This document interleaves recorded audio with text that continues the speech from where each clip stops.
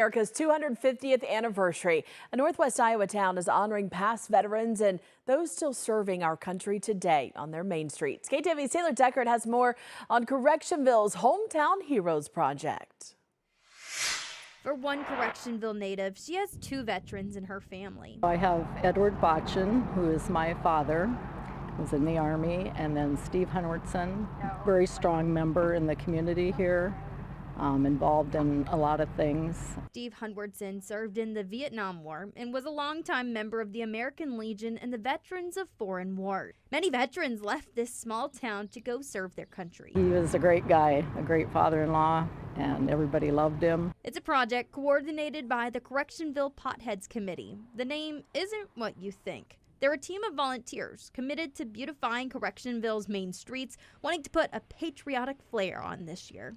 Just started beautifying the town in other ways with banners. For the Hometown Heroes Project, 30 banners are tied to 30 specific honorees from the Correctionville area. We just wanted to say thank you to those who have gone before us and paved the way for our freedom, and just be able to give back in a little way and say thank you.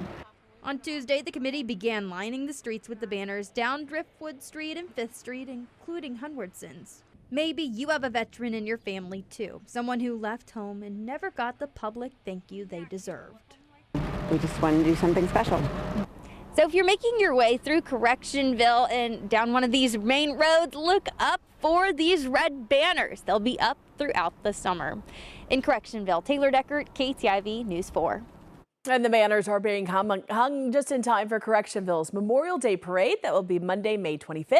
It starts at 10 a.m. starting north on Driftwood, right along the paths of those banners. And the parade ends at the high school. You can learn more about how to support future projects by going to the story. The information's online for you right now at KTIV.com.